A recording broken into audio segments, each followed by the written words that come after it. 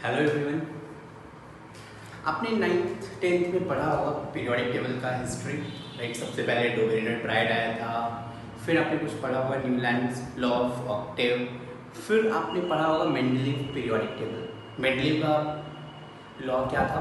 The physical and chemical properties of elements are periodic function of their atomic mass. Clear? Means वहाँ पे हमने देखा था अगर आप एटॉमिक मास चेंज करोगे एलिमेंट का, या फिर आप ऐसे बोल सकते हो कि अगर आप एलिमेंट्स को increasing order of atomic mass में रीअरेंज करोगे तो after certain period of interval क्या होगा, एलिमेंट्स का प्रॉपर्टी फिर से सेम हो जाएगा। राइट? मीन्स उनकी प्रॉपर्टी में रिपीटेशन होगा। तो यहाँ तक हमने पढ़ा होगा 9th-10th में, राइट? और आपने एक चीज़ और यहाँ से कंक्लूड किया हुआ यार कि अभी तक जितने भी पीरियोडिक टेबल थे सब के सब एटॉमिक मास पे बेस्ड थे, राइट?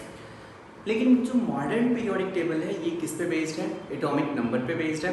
तो ये एटॉमिक नंबर का कॉन्सेप्ट आया कैसे, मीन्स इनको आइडिया आया कैसे कि एटॉमिक नंबर के अकॉर्डिंग पीरियोडिक टेबल बनाया जाए? तो एक साइंटिस्ट थे मोस्ले, इन्होंने क्या किया, एक सिंपल सा एक्सपेरिमेंट किया। इन्होंने एक मेटल लिया, इसलिए हेवी मेटल था। हेवी मेटल मीन्स इसका एटॉमिक मास या बोल सकते हो एटॉमिक नंबर बहुत ज़्यादा था, ठीक? तो इस हेवी मेटल पे इन्होंने इलेक्ट्रॉन बम्बार्ड किया। अगर हेवी मेटल पे इलेक्ट्रॉन बम्बार्ड किया तो इन्होंने देखा कि यहाँ से कुछ रेज बाहर आ रहे थे, मीन्स इलेक्ट्रोमैग्नेटिक रेडिएशन। और ये इलेक्ट्रोमैग्नेटिक रेडिएशन बेसिकली एक्सरे थे। मीन्स और ये आप बोल सकते हो कि मोज़ले ने एक सिंपल सा एक्सपेरिमेंट किया, मेटल पे इलेक्ट्रॉन बम्बार्ड किया। इलेक्ट्रॉन बम्बार्ड करते ही इनको यहाँ से कुछ एक्सरे एमिट होते हुए दिखा। अब इन्होंने इस एक्सरे का फ्रीक्वेंसी फाइंड किया। इस एक्सरे का फ्रीक्वेंसी जैसे न्यू बोल रहा हूँ, तो इन्होंने फ्रीक्वेंसी फाइंड किया। अब इन्होंने क्या किया, सेम एक्सपेरिमेंट मेटल चेंज करते गए। मतलब एक बार जैसे कॉपर लिया, एक बार गोल्ड लिया, एक बार सिल्वर लिया, प्लैटिनम लिया, तो मेटल चेंज करते गए और फिर से इलेक्ट्रॉन बम्बार्ड करते गए। तो इन्होंने देखा कि जब आप मेटल चेंज कर रहे हो तो यहाँ पे जो एक्सरे का फ्रीक्वेंसी है, फ्रीक्वेंसी भी चेंज हो रहा था। मीन्स एक्सपेरिमेंट का रिजल्ट क्या है, अगर आप मेटल चेंज करोगे तो मेटल चेंज करने से एक्सरे का फ्रीक्वेंसी भी चेंज हो रहा था। क्लियर है? फिर इन्होंने क्या किया, ग्राफ प्लॉट किया। किसमें ग्राफ प्लॉट किया? तो फ्रीक्वेंसी का इन्होंने वाई एक्सिस पे स्क्वायर रूट लिया, स्क्वायर रूट ऑफ फ्रीक्वेंसी, और एक्स एक्सिस पे एक बार इन्होंने एटॉमिक नंबर लिया। क्लियर है? तो square root of frequency of x-ray and atomic number of element, इन्होंने देखा कि इसमें ग्राफ ये स्ट्रेट लाइन आ रहा है, राइट? फिर से इन्होंने ग्राफ प्लॉट किया square root of frequency and mass number में। इस केस में इन्होंने देखा कि ये ग्राफ स्ट्रेट लाइन नहीं था, मीन्स ये रैंडम था। It means frequency of x-ray square root of basically square root of frequency of x-ray and atomic number में अगर ग्राफ प्लॉट करोगे तो ये ग्राफ स्ट्रेट लाइन मिल रहा था, लेकिन स्क्वायर रूट ऑफ फ्रीक्वेंसी और एटॉमिक मास में ये ग्राफ रैंडम मिल रहा है, मीन्स कोई रिलेशन नहीं है। तो स्क्वायर रूट ऑफ फ्रीक्वेंसी और जेड में बेसिकली इक्वेशन कुछ ऐसा बनता हुआ दिखता है, square root of frequency equal to A times Z minus B. तो आप यहाँ से बोल सकते हो कि A and B are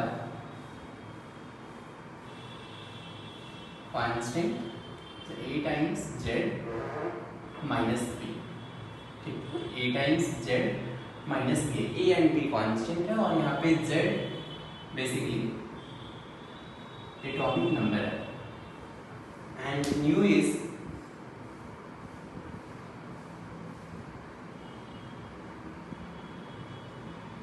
frequency of x. तो इन्होंने बोला है कि इस एक्सपेरिमेंट के बाद कि यह जो एलिमेंट है, एलिमेंट का जो प्रॉपर्टी है, आप देख सकते हो एलिमेंट का प्रॉपर्टी एटॉमिक नंबर से अगर आप रिलेट करना चाहो तो आप इजीली रिलेट कर सकते हो, लेकिन अगर आप मास नंबर से रिलेट करना चाहो तो ये आप इजीली रिलेट नहीं कर सकते हो। तो फिर इन्होंने अपना पीरियोडिक टेबल में एक नया पीरियोडिक टेबल बनाया, मॉडर्न पीरियोडिक टेबल, और एक नया लॉ दिया, मॉडर्न पीरियोडिक लॉ, जो कि आप सबको पता है। लॉ क्या है? The physical and chemical properties of elements are periodic function of their atomic number. Clear है? तो चलिए सबसे पहले आप एक लाइन लिख लें, फिर ये सब नोट करेंगे। देखिए कि ये जो एक्सपेरिमेंट हुआ था ये ऑलमोस्ट 1909 में हुआ था। देखिए कि इन 1909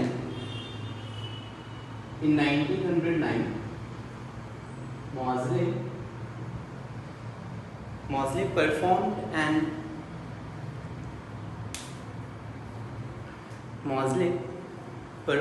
an experiment. In 1909, Moseley performed an experiment in which he bombarded electron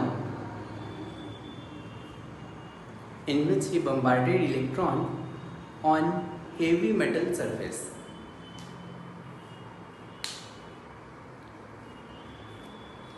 In which he bombarded electron on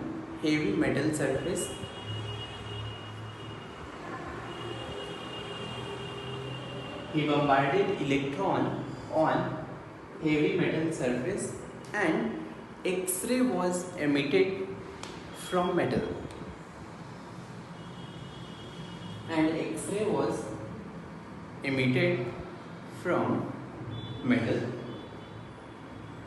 इसमें आगे कंटिन्यू करें। He found that square root of frequency equals to a times z minus b. Square root of frequency equals to a times z minus b, where a and b are constant area, z is atomic number, nu is frequency of X-ray.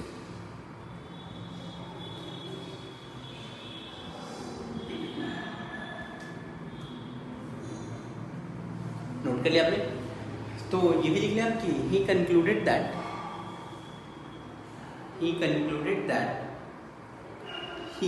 concluded that atomic number is more fundamental property than atomic mass. He concluded that atomic number is more fundamental property than atomic mass. Right? तो एक नया law दिया इन्होंने, आप चाहो तो ये law लिख सकते हो, आप सबको पता भी होगा, 9-10 में आपने पढ़ा होगा, modern periodic law.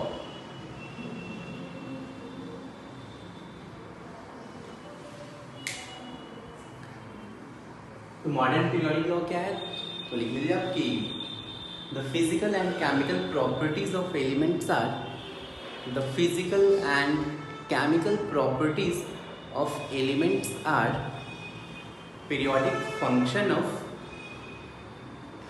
the physical and chemical properties of elements are periodic function of their atomic number. The physical and chemical properties of elements are periodic function of their atomic number. Clear?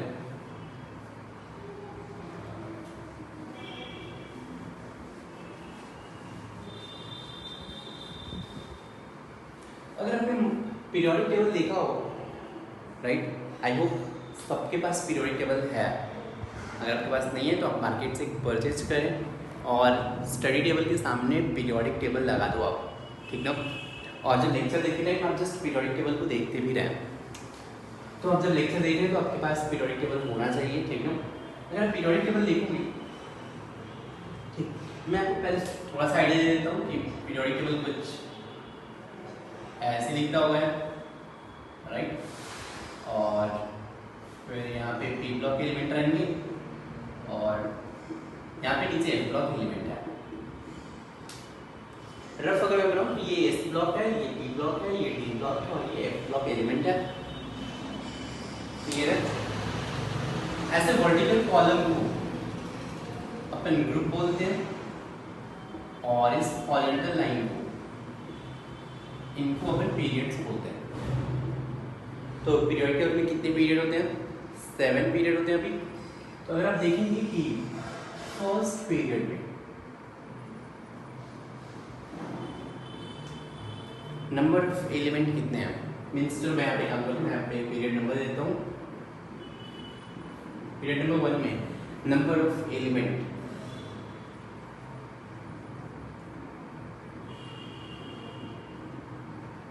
और यहाँ पे मैं name ये column बना लेता हूँ।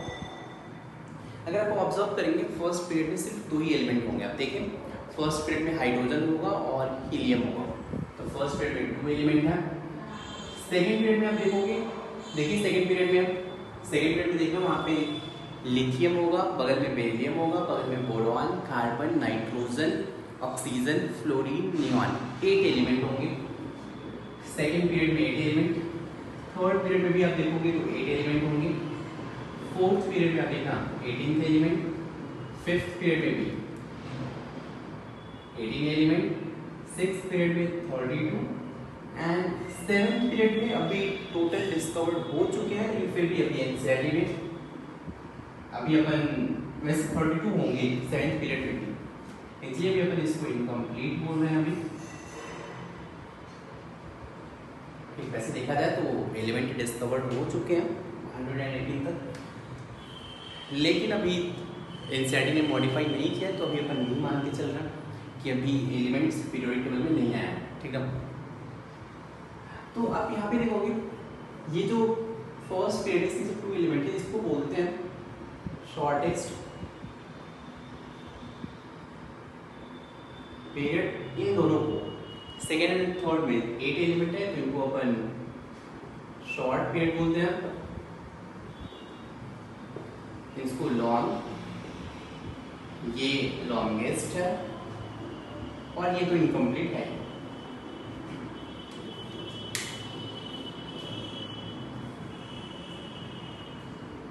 फिर से आपको सेवेंथ पीरियड में फिर से बोल रहा हूँ, कंफ्यूजन नहीं होना चाहिए। अभी एलिमेंट डिस्कवर्ड हो चुके हैं, ठीक ना, लेकिन फिर से हमारे सिलेबस में 11th 12th में जस्ट 103 तक यहाँ पे है, और ये आप रदरफोर्डियम को भी मान सकते हो कि 104 तक ही आप स्टडी करें। इसके बाद के एलिमेंट में प्रॉब्लम ये है कि ये सारे ही रेडियो एक्टिव हैं। रेडियो एक्टिव मतलब एक तो ये इनका जो डिस्कवरी हुआ है ये ऑलमोस्ट मान सकते हो, इनका क्वांटिटी ऑलमोस्ट नैनोग्राम मिलीग्राम इतना में डिस्कवरी हुआ है, तो इनके बारे में कंप्लीट स्टडी अभी नहीं हुआ है। मतलब डिस्कवरी तो हो गया कि हाँ एलिमेंट है, लेकिन एग्जैक्ट सबका फिजिकल प्रॉपर्टी केमिकल प्रॉपर्टी कुछ भी अच्छे से नहीं पता है, तो इसलिए अपन अभी 11th 12th में अपन इनको इग्नोर करते हैं। ठीक ना, बहुत सारे लोग फिर से पूछते हैं, मतलब वो न्यूज़ में या फिर कहीं भी ऐसे आप कोई बुक पढ़ो, ऐसे साइंस जर्नल पढ़ो, तो वहाँ पे सारे एलिमेंट्स के नेम लिखे होते हैं नेम, ठीक ना, और डिस्कवर भी हो चुके हैं, लेकिन अभी सिंस इनका प्रॉपर्टी अभी बहुत अच्छे से नहीं पता है, तो जेईई में भी अभी अपने को नहीं पढ़ना है इनके बारे में। ठीक है, इसलिए मैं अभी जस्ट इनकम्प्लीट बोल रहा हूँ, कन्फ्यूज़न नहीं होना चाहिए आपको। ठीक है,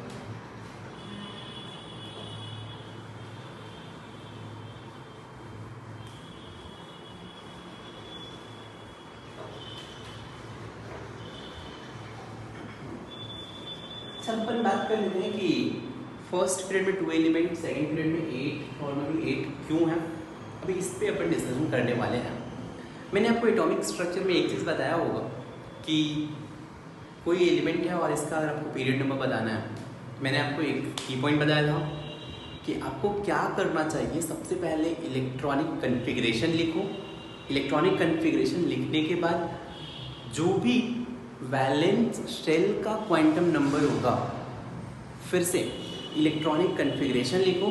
इलेक्ट्रॉनिक कन्फिग्रेशन लिखने के बाद जो valence shell means outer most shell, जो वैलेंस शेल का क्वांटम नंबर है, या फिर जो वैलेंस शेल का नंबर है, ये रिप्रेजेंट करेगा क्या, पीरियड नंबर। जैसे सिंपल सा मान लेते हैं कि मुझे सोडियम का बताना है, सोडियम कौन से पीरियड का एलिमेंट है।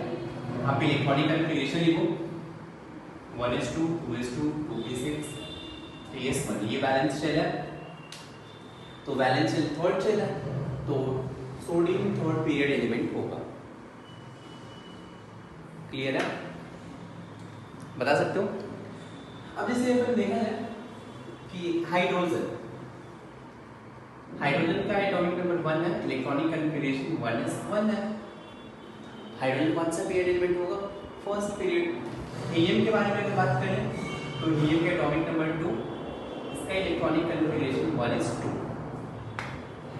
1s ऑर्बिटल में मैक्सिमम 2 इलेक्ट्रॉन हो सकते हैं, तो 1s2 ये भी देंगे, ये दोनों फर्स्ट पीरियड में होंगे।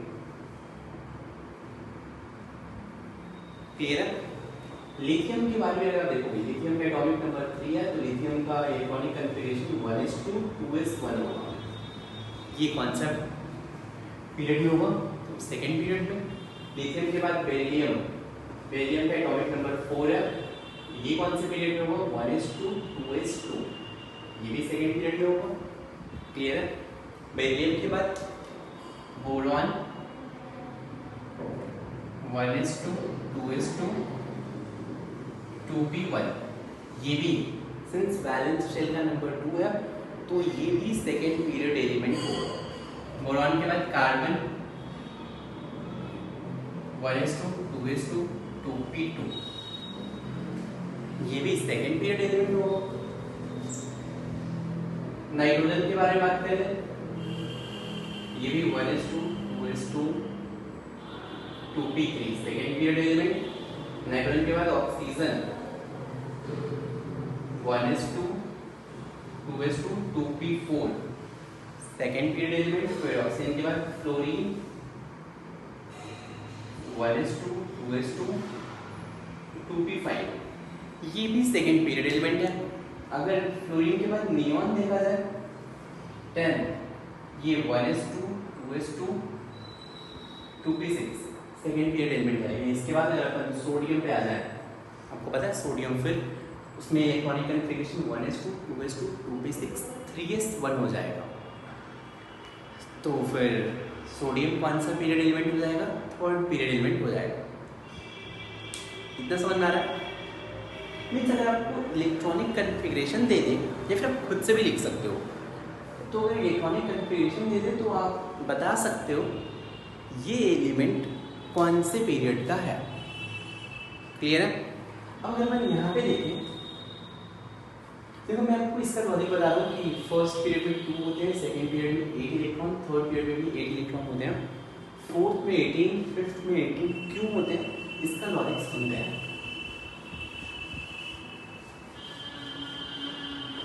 अगर अपन इलेक्ट्रॉनिक कन्फिगरेशन लिखें तो मैं यहाँ पे लिख देता हूँ S SP SP SDP S DP SF DP SFP, ये फिर 1s2 2s2 2p6 3s2 3p6 4s2 3d10 4p6 5s2 4d10 5p6, फिर 6s2 4f14, फिर यहाँ पे आ जाएगा 5d10 6p6 7s2 5f14 6d10 और 7p6। इलेक्ट्रॉनिक कन्फिगरेशन में अपन यही करते हैं। अब आपको इलेक्ट्रॉन फिल करना है। अब सोचना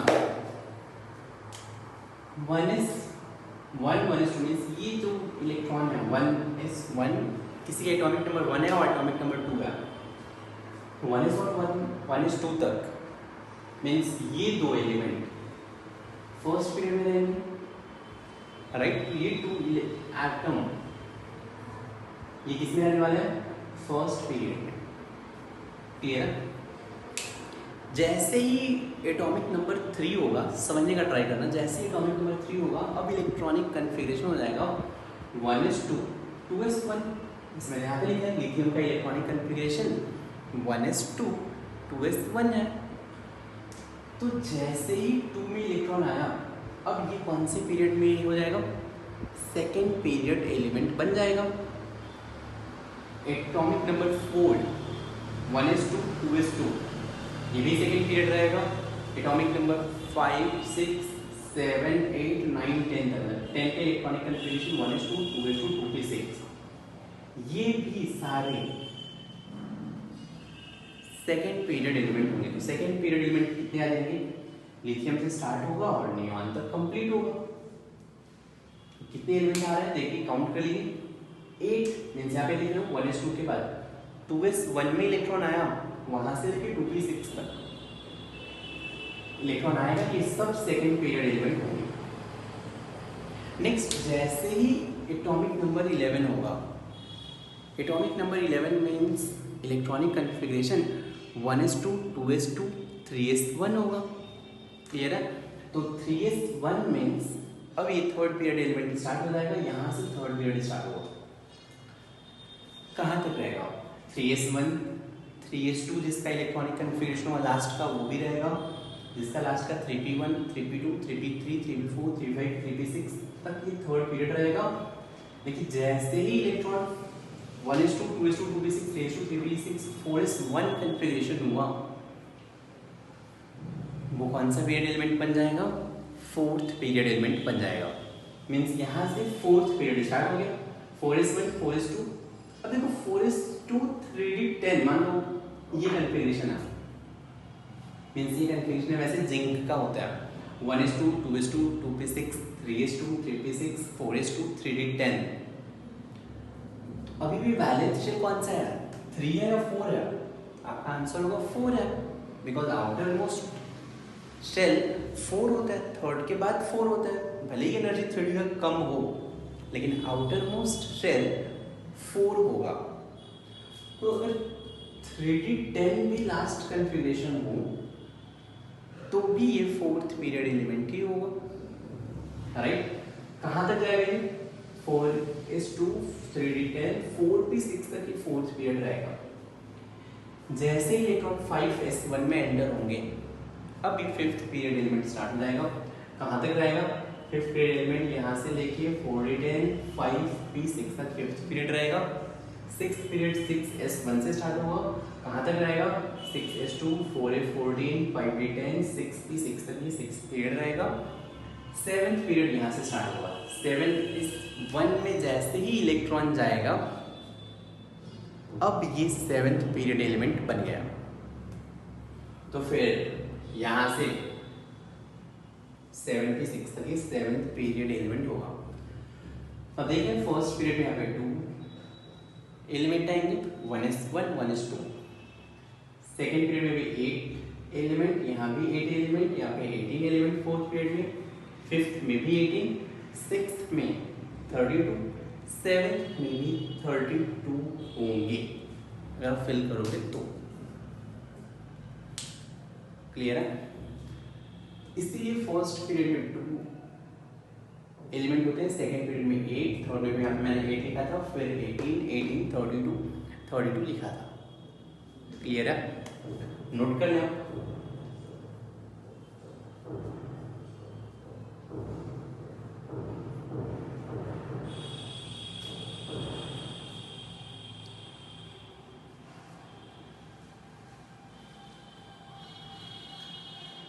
एक चीज देखें आप, फर्स्ट पीरियड के लिए फर्स्ट पीरियड में 2 एलिमेंट्स आए हैं। कितने ऑर्बिटल फिल हुए यहाँ पे फर्स्ट पीरियड के लिए, आपको पता है सिर्फ यहाँ पे 1s फिल हुआ, तो 1 ऑर्बिटल फिल हुआ। सेकेंड पीरियड में आप देखें टोटल 8 इलेक्ट्रॉन फिल हुए, राइट। लेकिन कितने ऑर्बिटल यहाँ पे फिल हो रहे हैं, तो 2s 1 ऑर्बिटल, 2p में आपको पता है 3 ऑर्बिटल होते हैं, कितने ऑर्बिटल फिल हो रहे हैं? 4 ऑर्बिटल में 8 इलेक्ट्रॉन फिल हुआ था। यहाँ पे देखिए थर्ड पीरियड के लिए कितने इलेक्ट्रॉन या कितने ऑर्बिटल फिल हो गए हैं। अब देखेंगे 3s का 1, 3p के लिए 3 ऑर्बिटल होते हैं 3p में, तो टोटल यहाँ पे 3s और 3p में टोटल 4 ऑर्बिटल है। 4 ऑर्बिटल में मैक्सिमम 8 इलेक्ट्रॉन फिल हो सकते हैं, इसीलिए थर्ड पीरियड में 8 एलिमेंट होते हैं। फोर्थ पीरियड में अगर आप देखोगे तो 4s means 1 electron 1 orbital, 3d means 5 orbital, 4p means 3 orbital. Means यहाँ पे टोटल फोर्थ पीरियड में एलिमेंट आने के लिए कितनी ऑर्बिटल फिल हो रहे हैं? तो total orbital field is 9। Clear है? अब एक फॉर्मूला बना सकते हो, फॉर्मूला ये बना सकते हो कि जितने ऑर्बिटल फिल होंगे, मतलब यहाँ पे फर्स्ट पीरियड के लिए जस्ट 1 ऑर्बिटल फिल हो रहा है तो नंबर ऑफ एलिमेंट 2 होगा। सेकेंड पीरियड के लिए 4 ऑर्बिटल फिल हो रहा है तो नंबर ऑफ एलिमेंट 8 होगा। थर्ड पीरियड के लिए 4 ऑर्बिटल अवेलेबल था फिल होने के लिए तो नंबर ऑफ एलिमेंट 8 हो गया, डबल हो गया। फोर्थ पीरियड के लिए नंबर ऑफ ऑर्बिटल अवेलेबल 9 है फिल होने के लिए, इसीलिए एलिमेंट 18 हो गया। यहाँ से आप फॉर्मूला क्या बना सकते हैं? लिखिए कि the number of element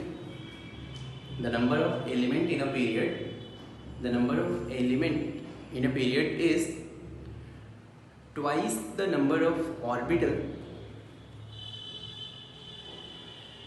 The number of element in a period is twice the number of orbital available for filling. Is twice the number of orbital available for filling. Clear है? अब चलिए समझते हैं। ये तो हो गया अपना, अब ये समझ में आया होगा। नेक्स्ट एक अपन चाहे तो फॉर्मूला भी बना सकते हैं। फॉर्मूला क्या है? अगर आपसे कभी पूछे कि number of element in a period, right? तो number of element in a period का आप चाहो तो फॉर्मूला बना सकते हो। This is equal to n plus 1 whole square by 2, where n is क्या हो जाएगा? Period number. लेकिन ध्यान रखना ये फॉर्मूला कब यूज करेंगे? जब n is odd, राइट? अगर n इवन होगा तो आप यूज कर सकते हो n plus 2 का whole square divided by 2 if n is even। और n क्या है? तो पीरियड नंबर है, तो मैं लिखता हूँ number of element in nth period, ऐसे लिखा हूँ। ये फॉर्मूला हो गया मेरे पास। Number of element in nth period equals to n plus 1 whole square by 2 if n is odd, n plus 2 whole square by 2 if n is even। अगर n even है, अब ये फॉर्मूला यूज करो। जैसे अगर आपसे पूछ दें कि सिंपल सा एग्जांपल है, number of element in third period, बोलिए क्या होगा? थर्ड 3 ऑड है तो मैं ये यूज करूंगा 3 plus 1 होल स्क्वायर कितना? 4 स्क्वायर 16 मीन्स 4 स्क्वायर बाई 2 कितना हो जाएगा? 8। अगर ऐसे पूछते हैं number of element in 8th period, आप फाइंड कर सकते हो 8th पीरियड में कितने एलिमेंट होने चाहिए? 8 इवन है तो आप ये फॉर्मूला यूज करो, 8 plus 2 का स्क्वायर, 8 plus 2 10, 10 का स्क्वायर मीन्स 100 बाई 2 कितना हो जाएगा? 50। तो 8th पीरियड में 50 एलिमेंट होंगे। क्लियर है? अच्छा, यहाँ से एक चीज और बता सकते हो कि थर्ड पीरियड में 8 एलिमेंट आए।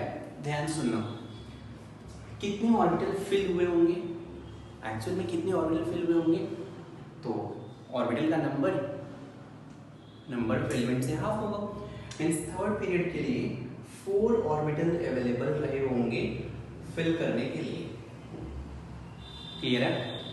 8th पीरियड के लिए अगर मैं आपसे पूछूं 8th पीरियड में टोटल 50 एलिमेंट हो सकते हैं, आपको बताना है 8th पीरियड के लिए कितने ऑर्बिटल फिल हुए होंगे, कितने ऑर्बिटल फिल हुए होंगे, तो जस्ट इसका हाफ कर दो, मीन्स 25 ऑर्बिटल फिल हुए होंगे।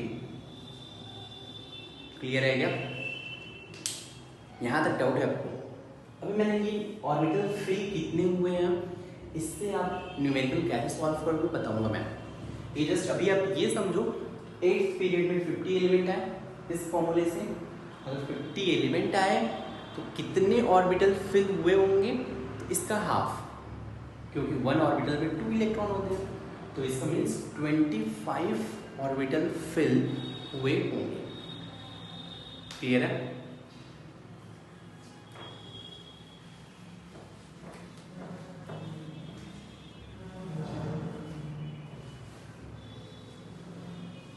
चलिए एक क्वेश्चन लिखिए इस पे।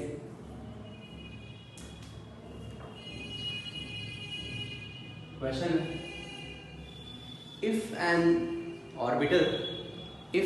orbital can accommodate 3 इलेक्ट्रॉन, मतलब हाइपोथेटिकल क्वेश्चन है कि if an orbital can accommodate 3 electron, if an orbital can accommodate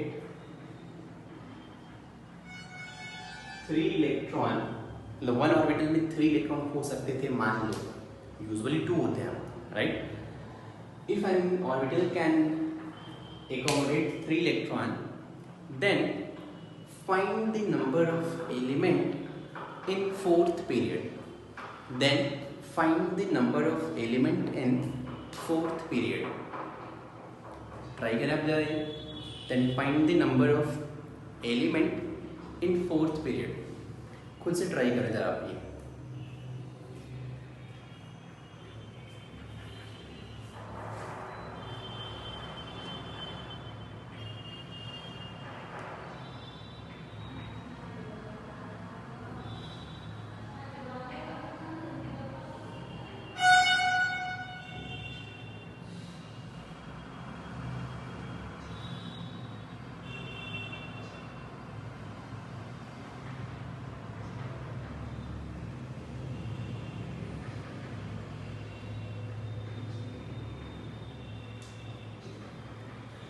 तो यहाँ पे देखते हैं, वैसे आप बताओ 4th पीरियड में कितने एलिमेंट होते हैं usually?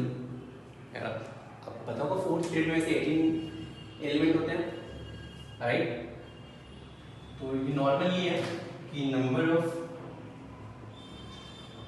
Element in 4th period usually 18 होता है। 18 तब होता है जब मैं मान के चलूँ कि 1 ऑर्बिटल में 2 इलेक्ट्रॉन होते हैं, राइट? अगर आपको number of element in 4th period 18 मिल गया, आप यहाँ से फाइंड कर सकते हो कितने ऑर्बिटल फिल हुए होंगे। तो मैं ऐसे लिख सकता हूँ number of orbital available is 18/2, कितना हो जाएगा 9। मीन्स 9 ऑर्बिटल अवेलेबल थे। कौन कौन से? यही था पता है, यहाँ पे मैंने लिखा है 4s में 1, 3d के 5, 4p के 3। 9 ऑर्बिटल अवेलेबल थे। 1 ऑर्बिटल में यूजुअली 2 इलेक्ट्रॉन जाते हैं, तो टोटल 18 एलिमेंट हो गए थे। लेकिन अब क्वेश्चन ये है कि अगर 1 ऑर्बिटल में 3 इलेक्ट्रॉन आ सकते हैं, अब कितने एलिमेंट होंगे? तो 9 ऑर्बिटल है आपके पास, अब बता दो यार। यहाँ से न्यू नंबर ऑफ एलिमेंट, अगर 1 ऑर्बिटल में 3 इलेक्ट्रॉन जा सकते हैं तो 9 ऑर्बिटल में 27, number of element will be 27। ये आपका आंसर हो गया 27। क्लियर है? आंसर मैच कर लें। चलिए नेक्स्ट क्वेश्चन लिखिए। लिखिए कि if N orbital, next question, if N orbital can accommodate 4 electron,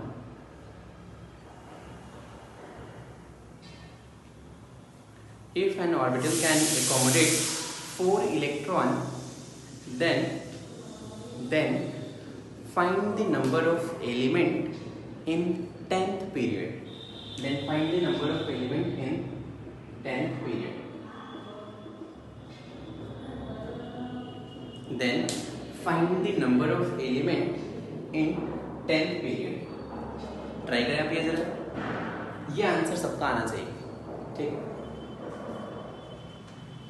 आप चाहें तो वीडियो पॉज कर लें फिर सॉल्यूशन देखें। सबसे पहले मैं क्या करूँगा, number of element in 10th period find कर लेता हूँ। तो ये कितना आएगा, 10 + 2 10, इवन मैं ये फॉर्मूला यूज करूँगा। 10 + 2 मीन्स 12, 12 का स्क्वायर 144/2, तो कितना आएगा 72 एलिमेंट होंगे। तो नंबर ऑफ ऑर्बिटल अवेलेबल कितना हो जाएगा, 72/2 36। क्लियर है। लेकिन आपको पता है कि वन ऑर्बिटल में 2 इलेक्ट्रॉन नहीं होते हैं, डबल होते हैं। तो न्यू नंबर ऑफ एलिमेंट कितना हो जाएगा, 36 × 4, बिकॉज 36 ऑर्बिटल है और वन ऑर्बिटल में 4 इलेक्ट्रॉन जा सकते हैं। तो ये कितना हो जाएगा, 144। ये आंसर होगा।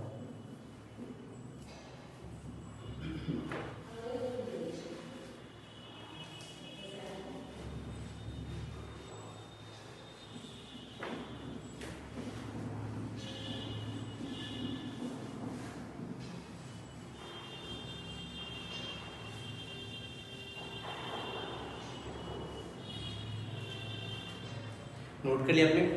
अब चलिए ये तो हो गया, आप किसी भी एलिमेंट का पीरियड कैसे डिसाइड करोगे बता सकते हो आप। अब बात कर लेते हैं ब्लॉक के बारे में। आपको पता है कि पीरियोडिक टेबल में अगर मैं कुछ ऐसे बनाऊं पीरियोडिक टेबल, तो इधर एस ब्लॉक है, ये लास्ट मिडिल वाला डी ब्लॉक है, एक्सट्रीम राइट वाला पी ब्लॉक है, नीचे एफ ब्लॉक है, पता है आपको। अब जब इन ब्लॉक के बारे में कुछ डिस्कशन कर लेते हैं, सबसे पहले हेडिंग देते हैं S block. Heading the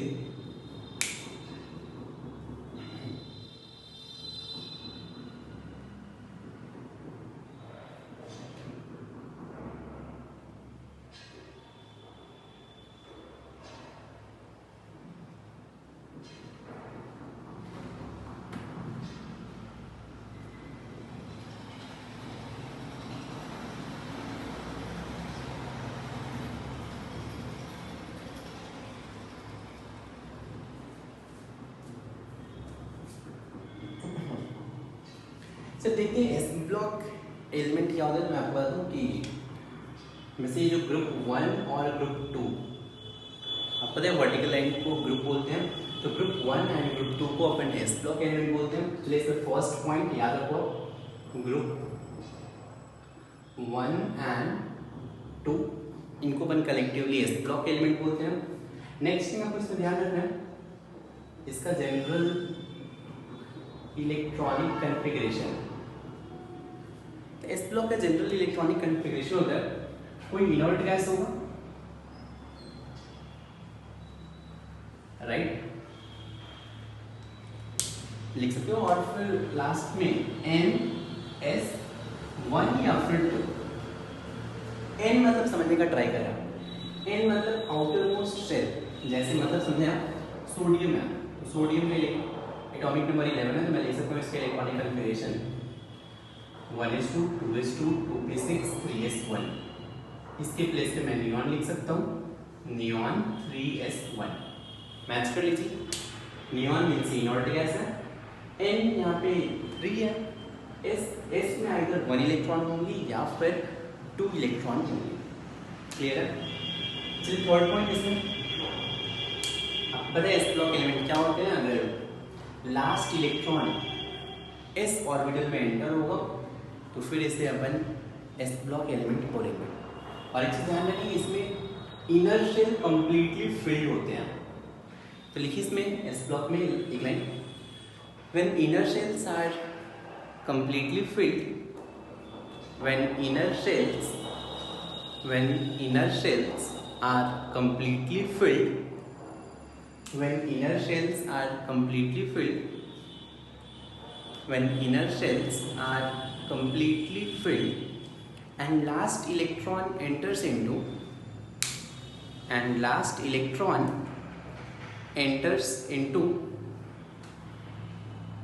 s orbital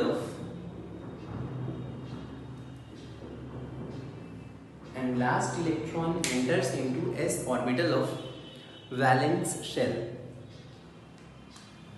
s orbital of valence shell bracket में nth शेल, जो आउटर मोस्ट शेल है इसे अपन n से रिप्रेजेंट करेंगे, तो इसे अपन वैलेंस शेल भी बोलते हैं, राइट। नेक्स्ट इसमें एग्जांपल कौन से हैं? s ब्लॉक एलिमेंट हाइड्रोजन है, याद रखो हीलियम भी s ब्लॉक है बिकॉज 1s2 हाइड्रोजन हीलियम और 12 एलिमेंट मींस s ब्लॉक में टोटल 14 एलिमेंट्स हैं। 12 कौन से? जैसे ये lithium, sodium, potassium, rubidium, caesium, francium, ये 6 बगल वाले beryllium, magnesium, calcium, strontium, barium, radium, ये 6 + 6 12 हाइड्रोजन, और यहाँ का जो हीलियम होता है ये भी s ब्लॉक एलिमेंट होता है, तो टोटल s ब्लॉक एलिमेंट 14 हो गया, नोट कर लीजिए। नेक्स्ट अपन बात कर लेते हैं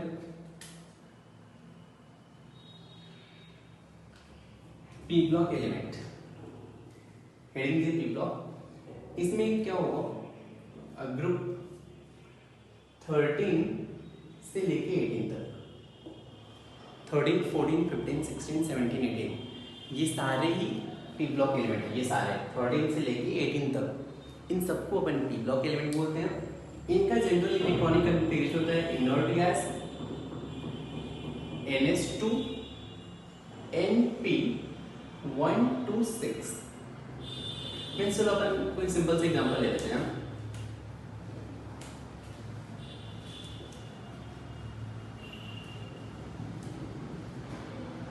जैसे मान लीजिए कि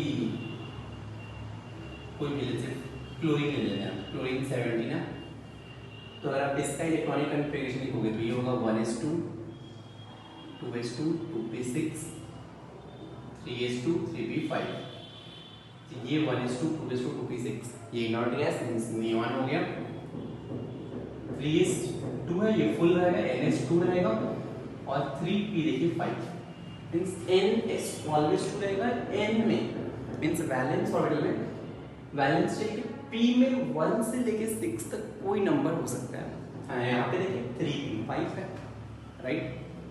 लिख लीजिए, फिर इसका डेफिनेशन लिखिए, बस एक लाइन आपको पता होना चाहिए p ब्लॉक एलिमेंट कौन से होते हैं। तो लास्ट इलेक्ट्रॉन किस में एंटर होना चाहिए? p ऑर्बिटल में एंटर होगा, तो इसे क्या बोलेंगे? p ब्लॉक एलिमेंट बोलेंगे। और ये लाइन याद रखें कि यहाँ भी इनर शेल कंप्लीटली फिल्ड होता है। लिखिए कि when shells up to, या फिर लिखिए when inner shells are completely filled, ऐसे लिखो when inner shells are completely filled, when inner shells are completely filled and last electron enters into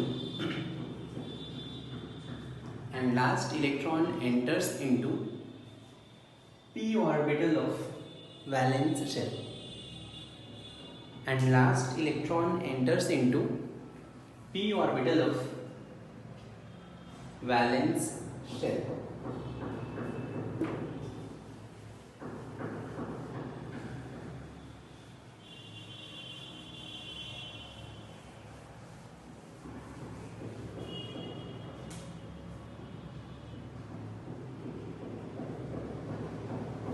Next heading D block element.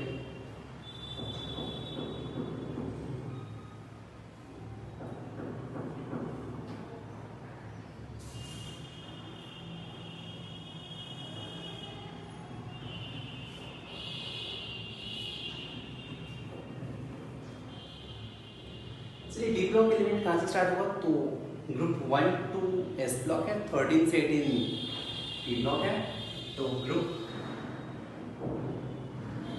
2 से लेके 12 तक, sorry group 3 to 12, इनको बोलते हैं D block element. तो group 3 to 12, फिर इसके बाद इसका जनरल इलेक्ट्रॉनिक कन्फिगरेशन, इसका जनरल इलेक्ट्रॉनिक कन्फिगरेशन होगा इनर्ट गैस रहेगा। फिर यहाँ पे n-1d 1 से लेके 10 तक, n-1d में यहाँ पे इलेक्ट्रॉन एंटर होगा लास्ट, और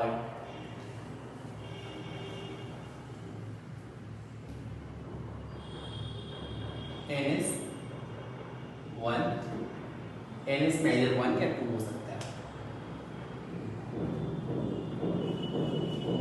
मतलब समझना चाहिए आपको, यहाँ पे इनर्ट गैस रहेगा, n मतलब वैलेंस शेल है, n-1 के d में आइदर 1 से लेके 10 इलेक्ट्रॉन हो सकते हैं, वैलेंस शेल के s में आइदर 1 या फिर 2 इलेक्ट्रॉन हो सकते हैं। मतलब अगर एग्जांपल देखें तो जैसे आयरन है 26, लिखो इसका आयरन तक आएगा, फिर 3d6 4s2।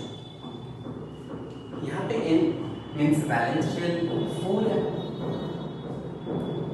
राइट। तो फोर्थ शेल 4s में है, ns में 2 है, और 4 अगर n है तो n-1 क्या होगा, अगर n का वैल्यू 4 है, n-1 क्या होगा 3 होगा, क्लियर है। तो यहाँ पे 3d में देखिए, 3d में 1 से लेके 10 तक इलेक्ट्रॉन हो सकते हैं, यहाँ पे 3d में 6 इलेक्ट्रॉन है। तो ये इस कन्फिगरेशन को फुलफिल कर रहा है। मैं जनरल इलेक्ट्रॉनिक कन्फिगरेशन ऐसा लिख सकता हूँ। एक सब और याद रखें कि वैलेंस nth शेल को वैलेंस शेल बोलते हैं या आउटर मोस्ट शेल है, n-1 इसे जस्ट पहले वाला, इसके पहले वाले को अपन n-2 बोल सकते हैं। nth शेल पे वैलेंस, इसको अपन वैलेंस शेल बोलते हैं, n-1 को पेनल्टीमेट शेल बोलते हैं।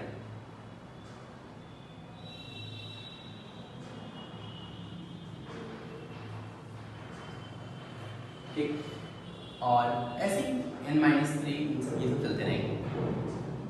वैसे n-2 को भी एंटी पेनल्टीमेट शेल बोलते हैं।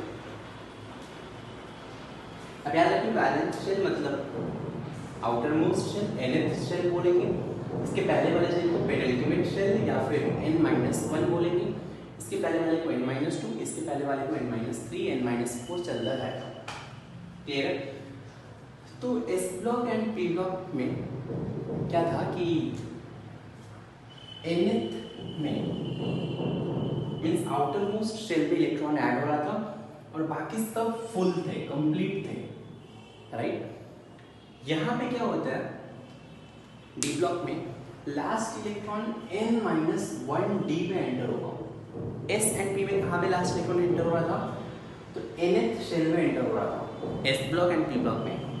लेकिन डी ब्लॉक में लास्ट इलेक्ट्रॉन कहाँ पे एंटर होगा, n-1d में, क्लियर है पहला पॉइंट। दूसरा point, S and P block में nth शेल जो इनकम्प्लीट है, बाकी सारे इनर शेल कंप्लीट थे। यहाँ पे क्या होगा डी ब्लॉक में n-1 भी इनकम्प्लीट हो सकता है और n भी इनकम्प्लीट होगा, ये दोनों इनकम्प्लीट होंगे एंड बाकी सारे कंप्लीट हो सकते हैं। तो यहाँ पे दो इनकम्प्लीट शेल होते हैं, nth shell and n-1th shell. S block and P block में क्या था, सिर्फ nth शेल इनकम्प्लीट था। डी ब्लॉक में क्या है, n और n-1 दोनों ही शेल इनकम्प्लीट होते हैं। तो नेक्स्ट पॉइंट लिखिए यहाँ पे, when nth shell and when nth shell and n-1th shell are incomplete, nth shell and n-1th shell are incomplete, and last electron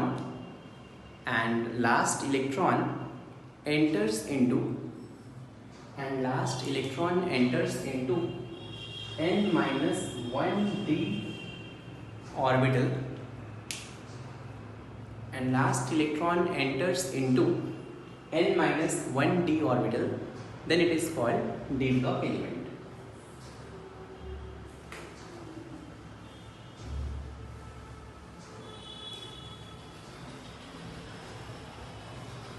हो गया। फोर्थ पॉइंट लिखिए इसमें डी ब्लॉक में, D block element can be categorised as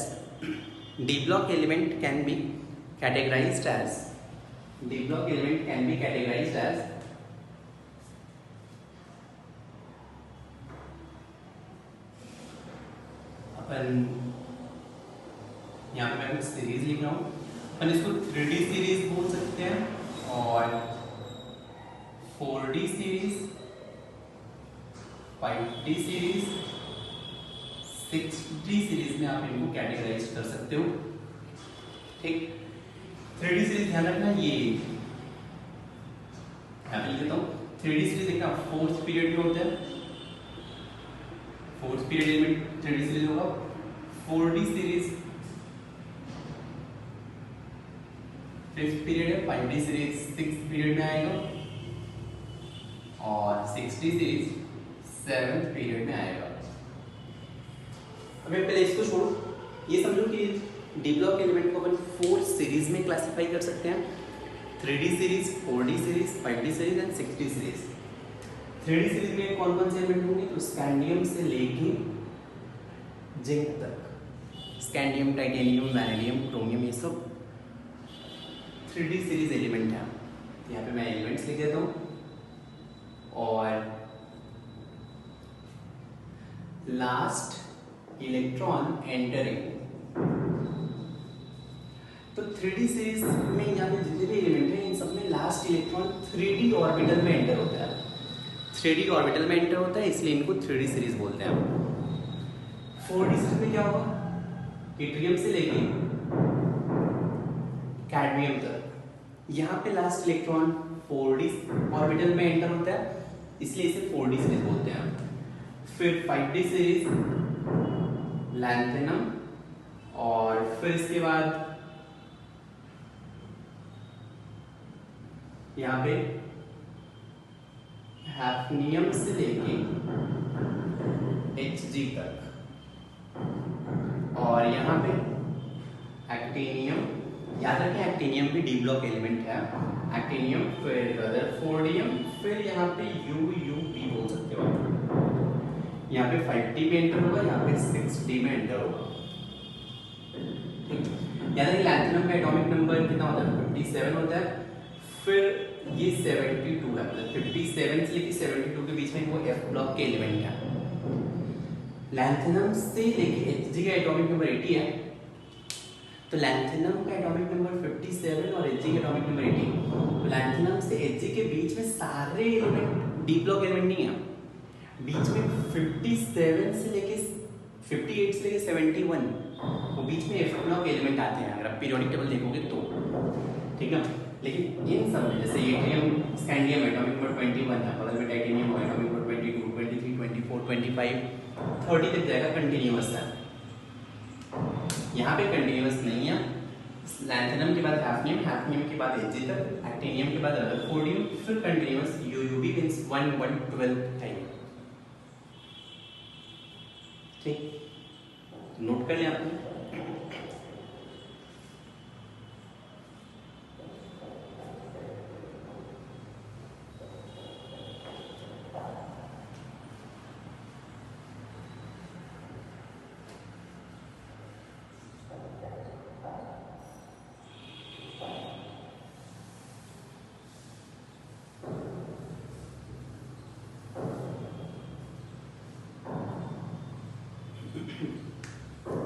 note कर लिया होगा आपने। तो यहाँ पे एक और टर्म आता है, ट्रांजिशन एलिमेंट,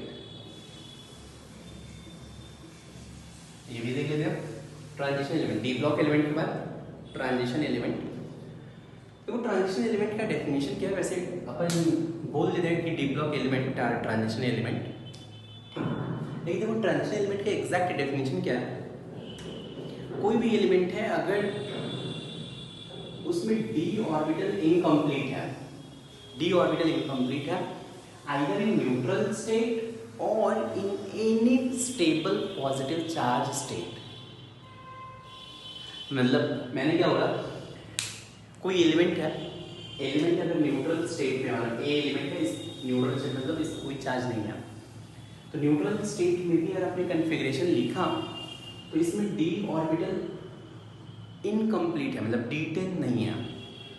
अगर आपने कोई पॉजिटिव चार्ज A+ का इलेक्ट्रॉनिक कन्फिग्रेशन लिखा, यहाँ पे D इनकम्प्लीट है, तो आइदर न्यूट्रल स्टेट में और एलिमेंट का कोई स्टेबल पॉजिटिवली चार्ज स्टेट है, मतलब A+ दिख रहा है, A2+ हो सकता है, किसी पॉजिटिव चार्ज स्टेट में अगर ये एग्जिस्ट कर रहा है, तो न्यूट्रल या पॉजिटिवली स्टेट में अगर डी ऑर्बिटल इनकम्प्लीट है तो ऐसे एलिमेंट को बोलते हैं transition element.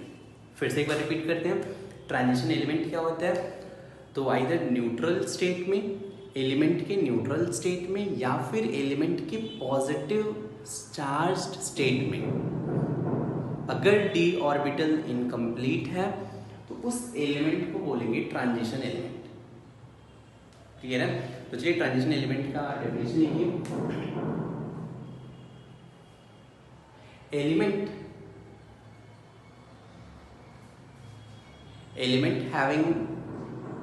elements having incompletely filled d orbital,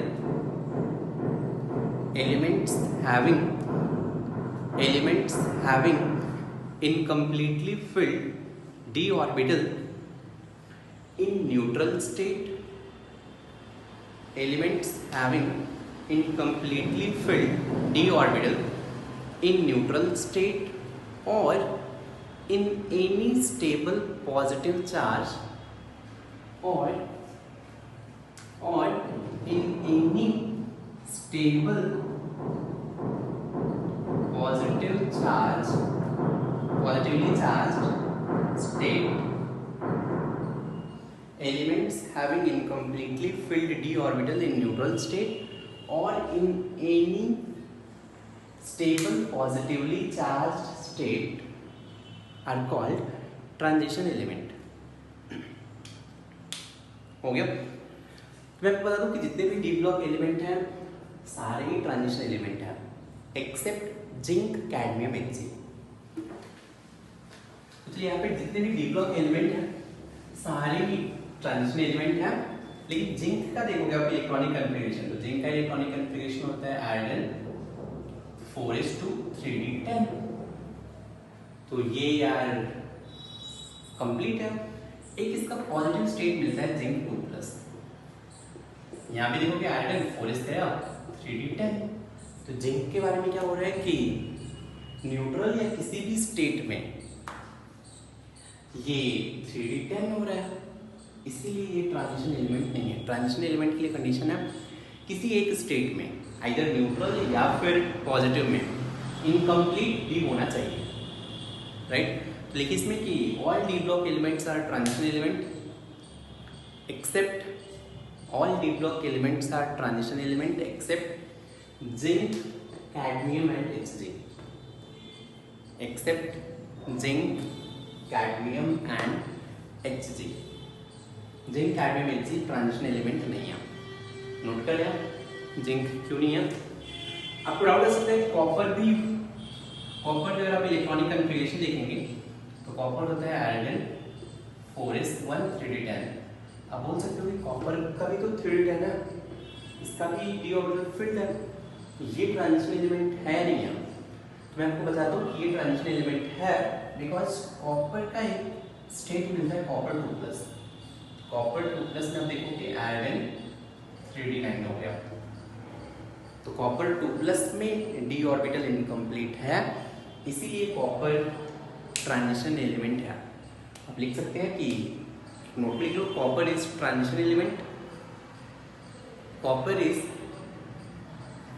transition element because d orbital is incomplete in copper 2 plus, because d orbital is incomplete in copper 2 plus. अब note कर लेंगे.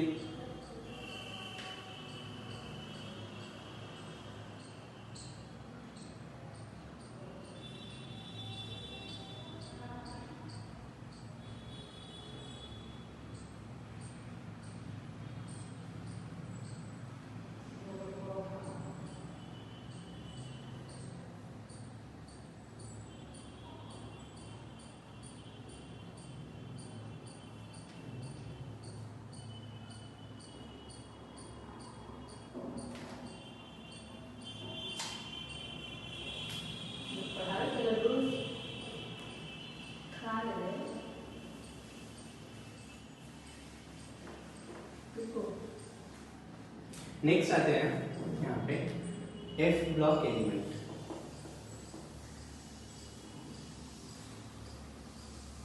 F block, D block पर F block. इसमें एक चीज ध्यान रखो कि एस एंड पी ब्लॉक में क्या था, nth शेल इनकम्प्लीट था, बाकी सारे कंप्लीट थे. डी ब्लॉक में n-1 इनकम्प्लीट था, बाकी सारे कंप्लीट थे. एफ ब्लॉक में n-1 एंड n-2 ये तीनों इनकम्प्लीट होते हैं, बाकी इनर शेल कंप्लीट होगा. तो लिखिए एफ ब्लॉक में कि when nth, n-1th and n-2th shell are incomplete,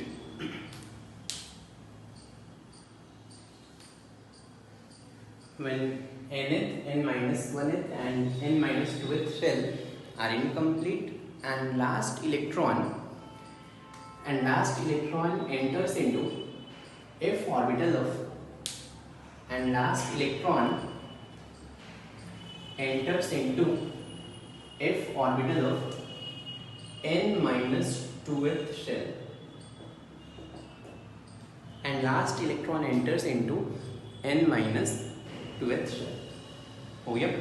next में एक लाइन याद रखनी, सबसे इंपॉर्टेंट पॉइंट है, सारे F block element third group में होते हैं.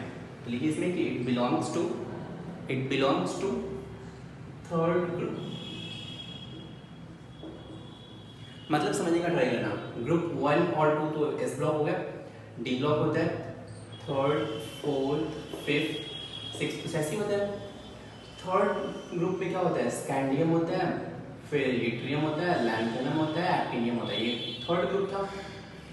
तो ये लैंथेनम के जस्ट बाद ये 14 एलिमेंट आते हैं. ये लैंथेनम के बाद ही आते हैं. 57 लैंथेनम है, इसके बाद ये 14 एलिमेंट है. एक्टिनियम के जस्ट बाद ये एलिमेंट है. ठीक. तो एक्चुअली क्या होना चाहिए, लैंथेनम के जस्ट बाद ये एलिमेंट थे. ये सारे थर्ड ग्रुप के ही हैं. ठीक.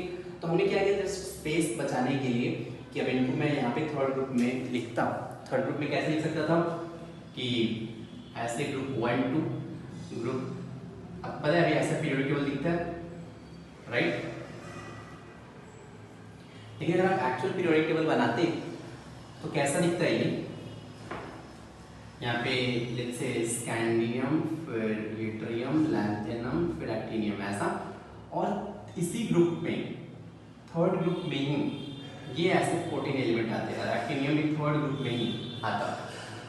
ये सारे थर्ड ग्रुप में आते हैं.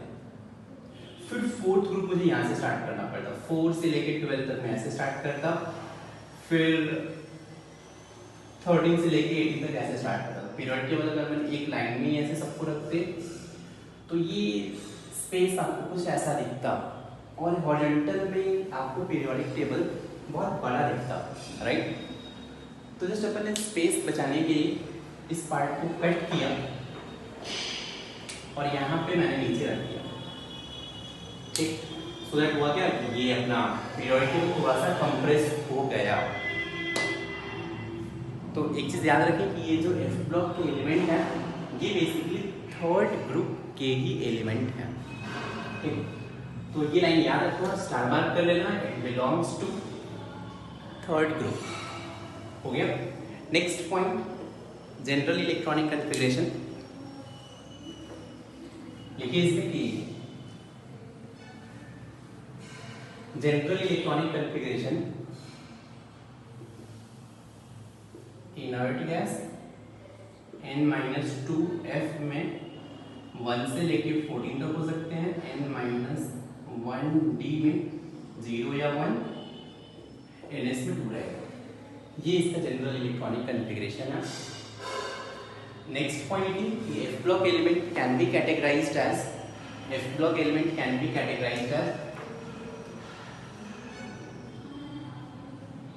लैंथेनाइड्स, या फिर इसको अपन 4f सीरीज बोल सकते हैं फर्स्ट, एंड सेकेंड एक्टिनाइड्स, या इसको 5f सीरीज बोल सकते हैं। तो लैंथेनाइड्स में एलिमेंट याद रखना, लैंथेनम से स्टार्ट नहीं होता है, ठीक, सीरियम से स्टार्ट होता है और कहाँ तक जाएगा, ल्यूटेशियम तक जाएगा। ये भी थोरियम से स्टार्ट होगी, लॉरेंशियम तक जाएगा। क्लियर है? तो ये एलिमेंट्स, और लास्ट इलेक्ट्रॉन किसमें आएगा, इसमें 4f में आएगा, इसमें 5f में आएगा।